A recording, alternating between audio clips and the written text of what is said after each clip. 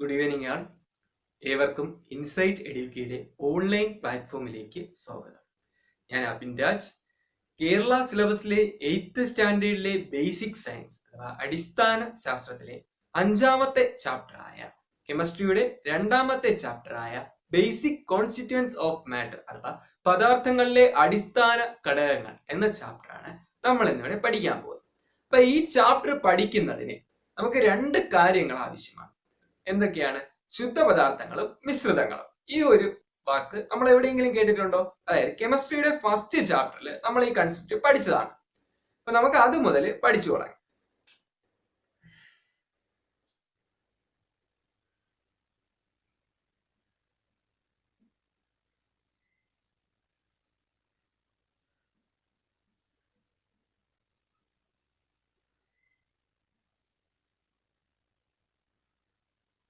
നമ്മൾ ഒരുപാട് ക്ലാസിഫിക്കേഷൻസ് നടത്താറുണ്ടല്ലേ, ഒരുപാട് രീതിയിൽ നമ്മൾ വർഗീകരിക്കാറ്. അപ്പൊ ഇതിനെങ്ങനെയാണ് ഈ ഒരു കൺസെപ്റ്റ് നമ്മൾ എങ്ങനെയാണ് പാർട്ടിക്കിൾസിനെ നമ്മൾ എങ്ങനെ ക്ലാസിഫൈ ചെയ്തിരിക്കുന്നത്? അതായത് പാർട്ടിക്കിൾസ് അടങ്ങിയിരിക്കുന്ന കണികകളുടെ സ്വഭാവത്തിന്റെ അടിസ്ഥാനത്തിൽ, ഇതിലെ ഓരോ സബ്സ്റ്റൻസിന്റെയും നേച്ചറിന്റെ അടിസ്ഥാനത്തിലാണ് നമ്മൾ ഈ ക്ലാസിഫിക്കേഷൻ നടത്തിയിരിക്കുന്നത്. അപ്പൊ എന്താണ് ശുദ്ധപദാർത്ഥം അല്ലെങ്കിൽ മിശ്രിതങ്ങൾ അഥവാ പ്യുവർ സബ്സ്റ്റൻസും മിക്സ്ചേഴ്സും? ഈ പേര് സൂചിപ്പിക്കുന്ന പോലെ തന്നെ ഒരേ സ്വഭാവമുള്ള കണികകളാൽ നിർമ്മിതമായ പദാർത്ഥമാണെങ്കിൽ നമുക്ക് അവയെ പ്യുവർ സബ്സ്റ്റൻസ് എന്ന് വിളിക്കാം, അല്ലെ? അതേസമയം വ്യത്യസ്ത സ്വഭാവമുള്ള കണികകളാൽ നിർമ്മിതമാണെങ്കിൽ നമുക്ക് അവയെ മിക്സ്ചർ എന്ന് വിളിക്കാം. Materials made up of particles of identical nature, ഒരേ സ്വഭാവമുള്ള കണികകളാൽ നിർമ്മിതമാണെങ്കിൽ അവയെ പ്യുവർ സബ്സ്റ്റൻസ് അഥവാ ശുദ്ധ പദാർത്ഥമാണ്. വ്യത്യസ്ത സ്വഭാവമുള്ള കണികകളാൽ നിർമ്മിതമായാണെങ്കിൽ അവയെ മിക്സ്ചേഴ്സ് എന്ന് വിളിക്കും. ഇതിന് നേരെ ഓപ്പോസിറ്റ്, പ്യുവർ സബ്സ്റ്റൻസ് നേരെ ഓപ്പോസിറ്റ് ആണ് മിക്സ്ചേഴ്സ്. ഡിഫറെന്റ് നേച്ചറുള്ള പാർട്ടിക്കിൾസ് ആയി നിർമ്മിതമാണ്. അപ്പൊ നമുക്ക് തന്നെ എക്സാമ്പിൾസ് നോക്കാം. ഇപ്പൊ പ്യുവർ സബ്സ്റ്റൻസിന് എക്സാമ്പിൾ എന്ന് പറയുന്നത് പ്യുവർ വാട്ടർ, ശുദ്ധമായ ജലം, അല്ലെ? പ്യുവർ വാട്ടർ ഒരു പ്യുവർ സബ്സ്റ്റൻസ് ആണ്. അതായത് ഗോൾഡ്, സ്വർണം ഒരു പ്യുവർ സബ്സ്റ്റൻസ് ആണ്. ഷുഗർ, പഞ്ചസാര, ഇതൊരു പ്യുവർ സബ്സ്റ്റൻസ് ആണ്. സാൾട്ട് ഒരു പ്യുവർ സബ്സ്റ്റൻസ് ആണ്. സിൽവർ ഒരു പ്യുവർ സബ്സ്റ്റൻസ് ആണ്. നമ്മൾ മിക്സ്ചർ നോക്കുമ്പോഴത്തേക്ക് സാൾട്ട് വാട്ടർ, ഉപ്പ് വെള്ളം, ഷുഗർ സൊല്യൂഷൻ,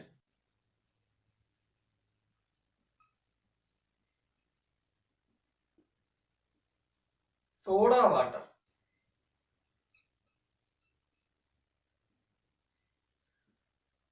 ഇവയൊക്കെ മിക്സ്ചറിന്റെ എക്സാമ്പിൾ ആണ്.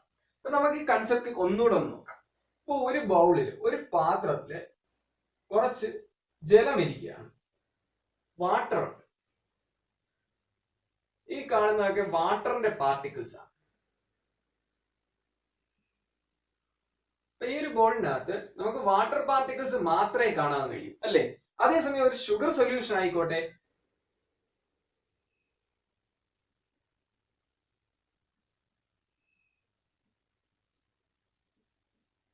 ഷുഗർ സൊല്യൂഷൻ ആണെങ്കിൽ എങ്ങനെയാ?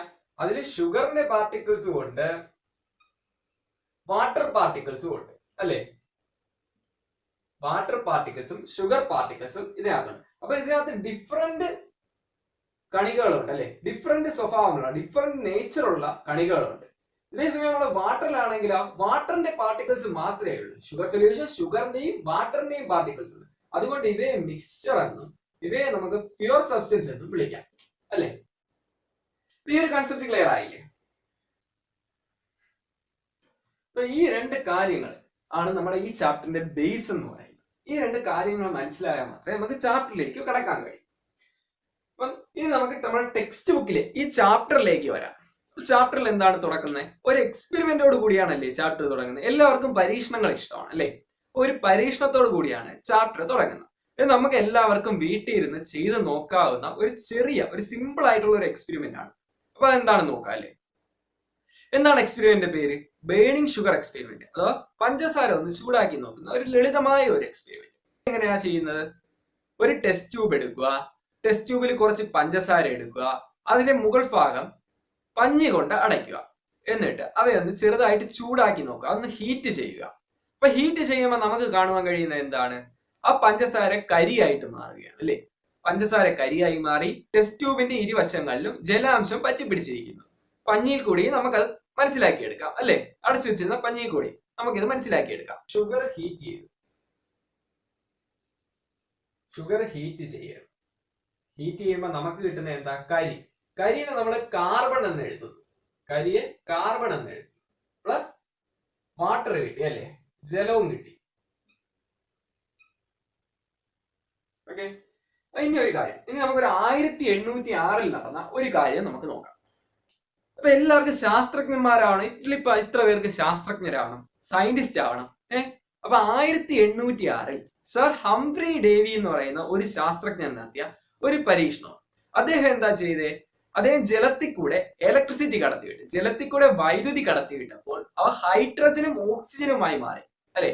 ജലം ഹൈഡ്രജനും ഓക്സിജനുമായി വിഘടിച്ചു എന്ന് അദ്ദേഹം കണ്ടെത്തി. അദ്ദേഹത്തിനെ ഈ കണ്ടുപിടുത്തത്തിലേക്ക് നയിച്ചത് ഹെൻറി കാവൻഡിഷ് എന്ന് പറയുന്ന ഒരു ശാസ്ത്രജ്ഞനാണ്. അദ്ദേഹം ശാസ്ത്രലോകത്തിന് നൽകിയ സംഭാവന എന്താണ്? അതായത് ഹൈഡ്രജൻ വാതകം ഓക്സിജൻ വാതകത്തിൽ കത്തുമ്പോൾ, ഹൈഡ്രജൻ ഓക്സിജനിൽ കത്തുമ്പോൾ ജലം ഉണ്ടാകുന്നു എന്നാണ് അദ്ദേഹം കണ്ടുപിടിച്ചത്. അപ്പൊ ഇതിന്റെ അനുമാനത്തിൽ സർ ഹംഫ്രി ഡേവി എന്ന് പറയുന്ന ശാസ്ത്രജ്ഞൻ 1806 നടത്തിയ പരീക്ഷണമാണ് ജലത്തിലൂടെ ഇലക്ട്രിസിറ്റി കടത്തിവിട്ട് അവ ഹൈഡ്രജനും ഓക്സിജനുമായി സ്പ്ലിറ്റ് ചെയ്തു. അപ്പൊ ഈ ഒരു കാര്യം ഓർത്തു വെക്കുക. ഇത് ചിലപ്പോൾ ഒരു 1 മാർക്ക് ക്വസ്റ്റ്യൻ ആയിട്ട് വരാം. അപ്പൊ നമുക്ക് ഇവിടെ എന്ത് ചെയ്യാം? വാട്ടറിനെ നമുക്ക് പിന്നെ സ്പ്ലിറ്റ് ചെയ്ത് എഴുതാൻ പറ്റും അല്ലേ? അതായത് ഷുഗറിൽ നിന്ന് നമുക്ക് കിട്ടിയത് എന്തൊക്കെയാ? ഷുഗറിൽ നിന്ന് കിട്ടിയത് കാർബൺ പ്ലസ് ഹൈഡ്രജൻ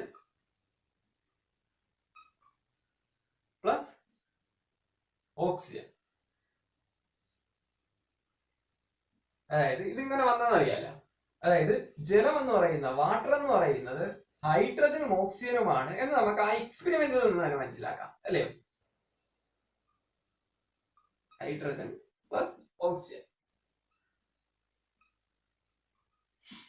അതേസമയം നമ്മൾ ഈ ഗോൾഡ് പാർട്ടിക്കിൾ ആയിക്കോട്ടെ, ഈ ഗോൾഡിന്റെ പാർട്ടിക്കിൾസ് നമ്മൾ എത്ര ചെറുതാക്കിയാലും അത് ഗോൾഡ് തന്നെയായിരിക്കും അല്ലെ? ഒരു ഗോൾഡ് എത്ര നമ്മൾ പൊടിച്ചു നോക്കിയാലും അവ ഗോൾഡ് തന്നെയാണ്. ഇപ്പൊ നമ്മളെ ഉപയോഗിക്കുന്ന ജ്വല്ലറി ഐറ്റംസ്, നമ്മുടെ ആഭരണങ്ങൾ, അവയെല്ലാം നിർമ്മിതമായിരിക്കുന്ന ഗോൾഡ്, സിൽവർ, അത് പ്ലാറ്റിനം, അങ്ങനെ കുറച്ച് സാധനങ്ങൾ കൊണ്ടാണ് അല്ലെ? അപ്പൊ ഇതൊക്കെ ഏറ്റവും ചെറിയ കണികകളാക്കി മാറ്റുവാൻ കഴിയും അല്ലെ? എന്നാലും അത് ഗോൾഡ് തന്നെയാണ് അല്ലെ? പ്യൂർ ആയിട്ടുള്ള ഗോൾഡ് ആണ്, ഗോൾഡ് തന്നെയാണ്. അപ്പൊ ഗോൾഡ് നമ്മൾ എത്ര സ്പ്ലിറ്റ് ചെയ്താലും അത് ഗോൾഡ് തന്നെയാണ്. എത്ര ബ്രേക്ക് ചെയ്താലും ഗോൾഡ് തന്നെയാണ്. ഇപ്പൊ നമ്മൾ നേരത്തെ ഒരു കാര്യം പറഞ്ഞു, പ്യൂർ സബ്സ്റ്റൻസ്. പ്യൂർ സബ്സ്റ്റൻസ് എന്ന് പറയുമ്പോൾ എന്തായിരുന്നു പറഞ്ഞിരുന്നേ? അതായത് ഇതിലെ കണികകളെല്ലാം ഒരേ സ്വഭാവമുള്ളതായിരിക്കും. അപ്പൊ ഈ ഗോൾഡിന്റെ കാര്യത്തിൽ ഓക്കെ, അതിനെല്ലാം ഒരേ സ്വഭാവമാണ്. അതേസമയം നമ്മൾ ജലം പറഞ്ഞു, ജലത്തിനെ പിന്നെ ഹൈഡ്രജനും ഓക്സിജനും ആക്കി മാറ്റാമെന്ന് വരും. അതുകൊണ്ട് തന്നെ ഷുഗർ ഹീറ്റ് ചെയ്തപ്പോൾ നമുക്ക് കാർബണും ഹൈഡ്രജനും ഓക്സിജനും കിട്ടും. അപ്പൊ ഇതിനകത്ത് ഒന്നിലധികം സബ്സ്റ്റൻസ് ഇല്ലേ? ഈ വാട്ടറില്, ഷുഗറില്, സാൾട്ടില്, ഇതിലൊക്കെ ഒന്നിലധികം സബ്സ്റ്റൻസ് ഉണ്ടെന്ന് നമുക്ക് മനസ്സിലാക്കാൻ കഴിയും. അപ്പൊ നമുക്ക് ഇതിനെ, ഈ പ്യൂർ സബ്സ്റ്റൻസിനെ വീണ്ടും രണ്ടായിട്ട് സ്പ്ലിറ്റ് ചെയ്യാന്ന് മനസ്സിലായില്ലേ? അതായത് പിന്നെയും ഘടകങ്ങളാക്കി മാറ്റുവാൻ കഴിയാത്ത ഗോൾഡ് പോലുള്ളവയും പിന്നെയും ഘടകങ്ങളാക്കി ഒരു രാസപ്രവർത്തനം നടത്തി പിന്നെയും ഘടകങ്ങളാക്കി മാറ്റുവാൻ കഴിയുന്ന ജലം, പഞ്ചസാര, സാൾട്ട്, അങ്ങനെയുള്ള കുറച്ച് കാര്യങ്ങൾ നമുക്ക് ഉണ്ട്. അപ്പൊ നമുക്ക് ഈ പ്യൂർ സബ്സ്റ്റൻസിനെ പിന്നെയും ക്ലാസിഫൈ ചെയ്യാന്ന് മനസ്സിലാക്കാം. പ്യൂർ സബ്സ്റ്റൻസിനെ നമ്മൾ വീണ്ടും രണ്ടായിട്ട് തരംതിരിക്കും, രണ്ടായിട്ട് ക്ലാസിഫൈ ചെയ്യും. എന്തൊക്കെയാ? എലമെന്റും കോമ്പൗണ്ടും.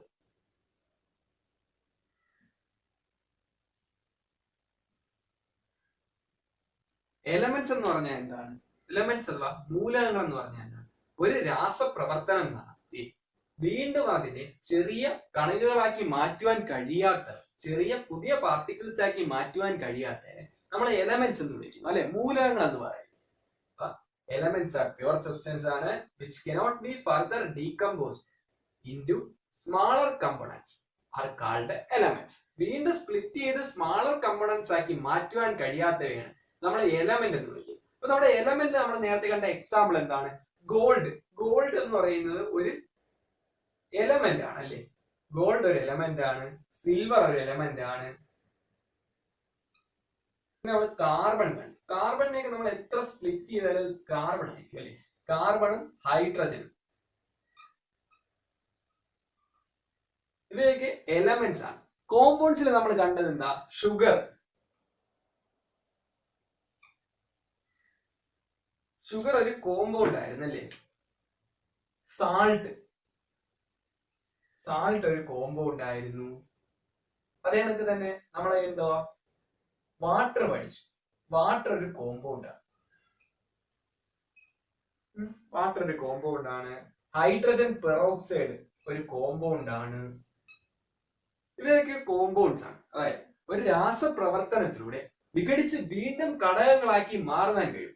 ഒരു ഫിക്സഡ് റേഷ്യോയിൽ ഒരു കെമിക്കൽ റിയാക്ഷൻ നടന്നു ആണ് കോമ്പൗണ്ട് ഉണ്ടാകുന്നത് അല്ലെ. ഇപ്പൊ ഷുഗറിൽ നമ്മള് കാർബൺ, ഹൈഡ്രജൻ, ഓക്സിജൻ ഉണ്ടെന്ന് പഠിച്ചു. സാൾട്ടില് സോഡിയവും ക്ലോറിനും ഉണ്ട്. ജലത്തിലാവുമ്പോൾ ഹൈഡ്രജനും ഓക്സിജനും ഉണ്ട്. അതേ നമുക്ക് ഹൈഡ്രജൻ പെറോക്സൈഡിൽ ഹൈഡ്രജനും ഓക്സിജനും ഉണ്ട് അല്ലയോ. അപ്പൊ കോമ്പൗണ്ട്സ് എന്ന് പറയുമ്പോൾ എങ്ങനെയാ, ഫർദർ ഡീകമ്പോസ് ചെയ്ത് ഒരു കെമിക്കൽ റിയാക്ഷൻ നടത്തി ഫർദർ ഡീകമ്പോസ് ചെയ്ത് സിംപ്ലർ എലമെന്റ്സ് ആക്കി മാറ്റുവാൻ കഴിയുന്നതാണ് നമ്മൾ കോമ്പൗണ്ട് അഥവാ സംയുക്തം എന്ന് പറയുന്നത്. ഒരു രാസപ്രവർത്തനം വിഘടിച്ച് ഘടകങ്ങളാക്കി മാറുവാൻ കഴിയുമായിരിക്കും. അതേസമയം എലമെന്റ്സ് എന്ന് പറഞ്ഞാൽ എങ്ങനെയാ, ഇതിനെ പിന്നെ എത്ര വിഘടിച്ചാലും എത്ര സ്പ്ലിറ്റ് ചെയ്താലും ഈ സെയിം പാർട്ടിക്കിൾസ് ഈ സെയിം എലമെന്റ്സ് ആയിരിക്കും നമുക്ക് കിട്ടുന്നത്. അതുകൊണ്ട് അവയെ എലമെന്റ്സ് എന്ന് വിളിക്കുന്നു, അഥവാ മൂലകങ്ങൾ എന്ന് വിളിക്കുന്നു. രാസപ്രവർത്തനം നടത്തി ഇവയെ പിന്നെ ചെറിയ ഘടകങ്ങളാക്കി മാറ്റുവാൻ നമുക്ക് കഴിയില്ല. അതുകൊണ്ടാണ് അവയെ എലമെന്റ്സ് എന്ന് വിളിക്കുന്നത്. അപ്പൊ എലമെന്റ്സ് കോമ്പൗണ്ട്സ് തമ്മിലുള്ള മെയിൻ ഡിഫറൻസ് ഇതാണ്. ഓക്കെ, ഒരു എലമെന്റ് ഒരു കോമ്പൗണ്ട് ആയി മാറണമെങ്കിൽ അവിടെ ഒരു കെമിക്കൽ റിയാക്ഷൻ നടന്നിരിക്കണം അല്ലെ. ഇപ്പൊ ഹൈഡ്രജനും ഓക്സിജനും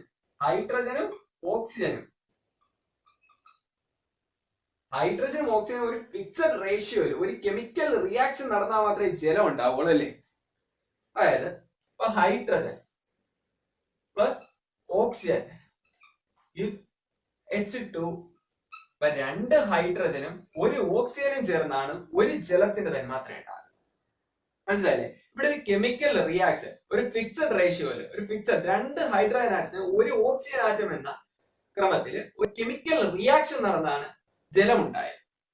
ഓക്കെ, അതുപോലെ ഒരു എലമെന്റ് ഒരു കോമ്പൗണ്ട് ആയി മാറണമെങ്കിൽ അവിടെ ഒരു കെമിക്കൽ റിയാക്ഷൻ നടന്നിരിക്കണം. ഞാനൊരു കാര്യം ചോദിക്കട്ടെ, നമ്മൾ ശ്വസിക്കുന്ന വായു എയറിൽ ഒട്ടനവധി വാതകങ്ങൾ ചേർന്നിട്ടുണ്ടല്ലേ. ഹൈഡ്രജൻ ഉണ്ട്, ഓക്സിജൻ ഉണ്ട്, നൈട്രജൻ ഉണ്ട്, നിയോൺ ഉണ്ട്. അങ്ങനെ ഒട്ടനവധി വാതകങ്ങൾ ചേർന്നാണ് നമ്മുടെ എയർ എന്ന് പറയുന്നത്. അവയെ നമ്മൾ മിക്സ്ചർ എന്ന് വിളിച്ചു. അതേസമയം ജലം എന്ന് പറയുന്ന ഹൈഡ്രജനും ഓക്സിജനും ചേർന്നുണ്ടാകുന്ന ജലത്തിനെ നമ്മൾ എന്തൊക്കെയാ, അതിനകത്ത് ഹൈഡ്രജനും ഓക്സിജനും ഉണ്ട്. ഇവയെ നമ്മൾ ഒരു പ്യുവർ സബ്സ്റ്റൻസ് എന്ന് വിളിച്ചു.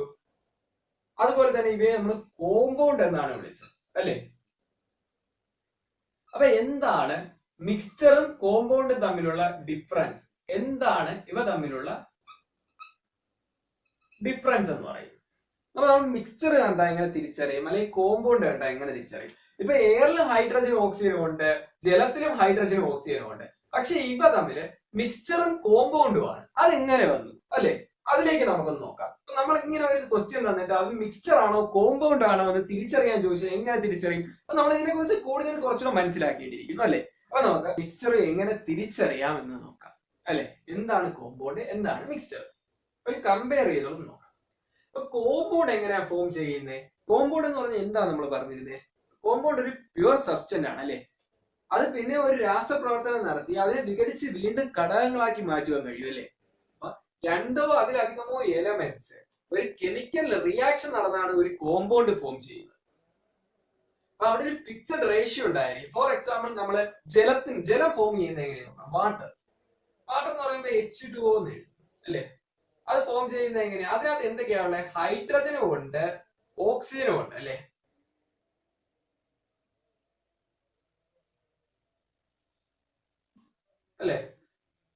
ജലം ഇതിനകത്ത് ഇപ്പൊ എങ്ങനെയാ, രണ്ട് ഹൈഡ്രജൻ ആറ്റവും ഒരു ഓക്സിജൻ ആറ്റവും ചേർന്നാണ് ഒരു ജലത്തിന്റെ മോളിക്യൂൾ ഉണ്ടാകുന്നത്. 2:1 എന്ന അംശബന്ധത്തിൽ ഒരു കെമിക്കൽ റിയാക്ഷൻ നടന്നാണ് ജലം ഉണ്ടായത്. അപ്പൊ ഇവിടെ എന്താ നമുക്ക് എഴുതാം? കെമിക്കൽ റിയാക്ഷന് ഫിക്സഡ് റേഷ്യോ എന്ന് എഴുതാം അല്ലെ.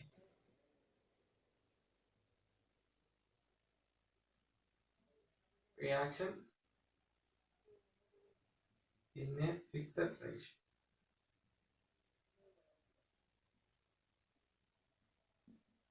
അതേസമയം മിക്സ്ചറിൽ എങ്ങനെയാ? മിക്സ്ചർ ജസ്റ്റ് ഫിസിക്കൽ മിക്സിംഗ് ആണ് നടക്കുന്നത് അല്ലെ. അവിടെ ഒരു റേഷ്യോ അങ്ങനെയൊന്നും പറയുന്നില്ല. ഫോർ എക്സാമ്പിൾ നമ്മൾ കഴിക്കുന്ന മിക്സ്ചർ തന്നെ ആയിക്കോട്ടെ, അതിനകത്ത് ഒട്ടനവധി വസ്തുക്കളില്ലേ. അപ്പൊ എല്ലാം ജസ്റ്റ് ഫിസിക്കൽ, ഒരു ഭൗതികമായ ഒരു കൂടിച്ചേരൽ മാത്രമാണ് നടന്നിരിക്കുന്നത് അല്ലെ.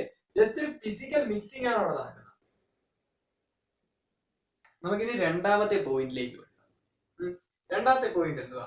ഇപ്പൊ ജലമുണ്ടാകുന്നു, ഹൈഡ്രജനും ഓക്സിജനും ചേർന്ന് ജലമുണ്ടായി.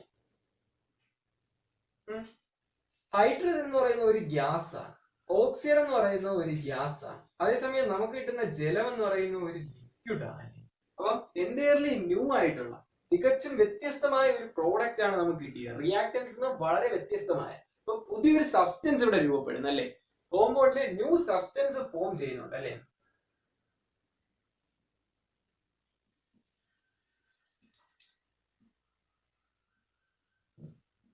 ന്യൂ സബ്സ്റ്റൻസ് ഫോം ചെയ്യും. അതേസമയം മിക്സ്ചറിലാണെങ്കിലോ ജസ്റ്റ് അവിടെ ഫിസിക്കൽ മിക്സിംഗ് നടക്കുന്നുള്ളൂ, പുതിയൊരു സബ്സ്റ്റൻസ് നമുക്ക് ഉണ്ടാവുന്നില്ല അല്ലെ. ഇപ്പം എന്തുവാ, കഴിക്കുന്ന മിക്സ്ചറിന്റെ കാര്യം പറഞ്ഞില്ലേ, അതിനകത്ത് തന്നെ ഒട്ടനവധി വസ്തുക്കളുണ്ട്. പക്ഷെ അവയെല്ലാം ചേർത്താണ് നമ്മൾ മിക്സ്ചർ എന്ന് വിളിക്കുന്നത്. അല്ല പുതിയൊരു സബ്സ്റ്റൻസ് ആണ്. ഇപ്പൊ കടലയും കപ്പലിനെയും ചേർത്ത് നമുക്ക് വേറൊരു പേര് വിളിക്കാൻ പറ്റത്തില്ല അല്ലെ. അതുപോലെയാണ് ഇവിടെ. ഇപ്പൊ ജസ്റ്റ് പുതിയ സബ്സ്റ്റൻസ് ഒന്നും ഉണ്ടാവുന്നില്ല, നോ ന്യൂ സബ്സ്റ്റൻസ് ഫോംഡ്.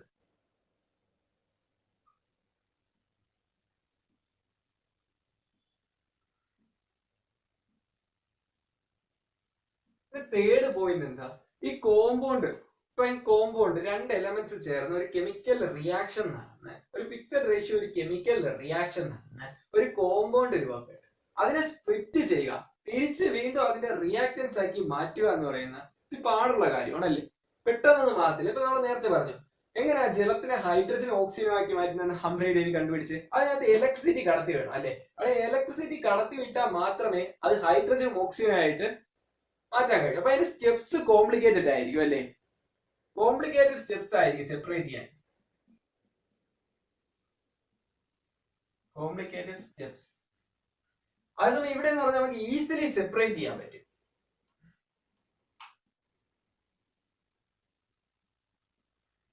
ഇപ്പൊ മണലില് കല്ല് കിടന്നാ നമുക്കത് അരിച്ചു മാറ്റാം അല്ലേ. ജസ്റ്റ് പെട്ടെന്ന് തന്നെ നമുക്ക് അതിനെ സെപ്പറേറ്റ് ചെയ്യാം. ആ പ്രോഡക്റ്റിനെ നമുക്ക് വീണ്ടും തിരിച്ച് സെപ്പറേറ്റ് ചെയ്തെടുക്കാൻ കഴിയും.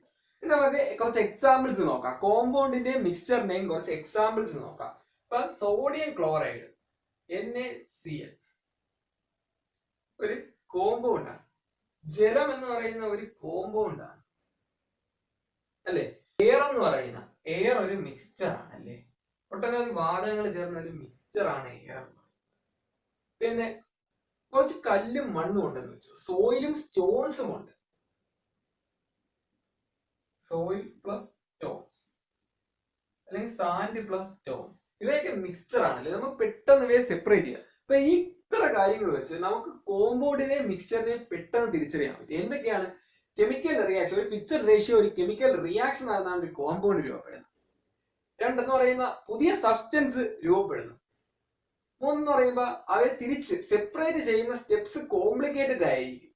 അതിന് മിക്സ്ചർ ജസ്റ്റ് ഓപ്പോസിറ്റ് ആണ്. ഈ കോമ്പൗണ്ട് പഠിച്ചാൽ തന്നെ മിക്സ്ചർ നമുക്ക് എഴുതാം. ഇവിടെ കെമിക്കൽ റിയാക്ഷൻ നടന്നതാണ്, ഒരു ഫിക്സഡ് റേഷ്യോ ഒരു കെമിക്കൽ റിയാക്ഷൻ നടന്നാണ് ഉണ്ടാകുന്നത്. ഇവിടെ ജസ്റ്റ് ഫിസിക്കൽ മിക്സിംഗ് മാത്രമേ നടക്കുന്നുള്ളൂ. അത് കണക്ക് തന്നെ ഇവിടെ ന്യൂ സബ്സ്റ്റൻസ് ഫോം ചെയ്യുന്നുണ്ടെങ്കിൽ മിക്സ്ചറിന്റെ ന്യൂ സബ്സ്റ്റൻസ് ഫോം ചെയ്യുന്നില്ല. ഇതേ കോംപ്ലിക്കേറ്റഡ് സ്റ്റെപ്സ് ഉപയോഗിച്ച് സെപ്പറേറ്റ് ചെയ്യുന്നെങ്കിൽ മിക്സ്ചറിനെ നമുക്ക് ഈസിലി സെപ്പറേറ്റ് ചെയ്യാൻ പറ്റും. ഓക്കെ, കോമ്പൗണ്ട് മിക്സ്ചറും പഠിച്ചു. അപ്പൊ നമ്മൾ ഇന്നത്തെ ദിവസം എന്തൊക്കെയാണ് പഠിച്ചത്?